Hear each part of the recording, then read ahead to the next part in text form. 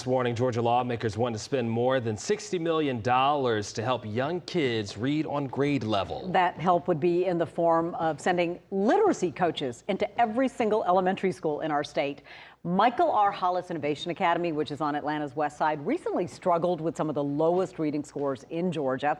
Now lawmakers are pointing to the school as proof a statewide push for literacy coaches could turn things around. The literacy coach works alongside a teacher, pulling students aside to receive some extra help. According to the Georgia Department of Education, schools who have literacy coaches, I should say, saw reading scores improve about 15% last year.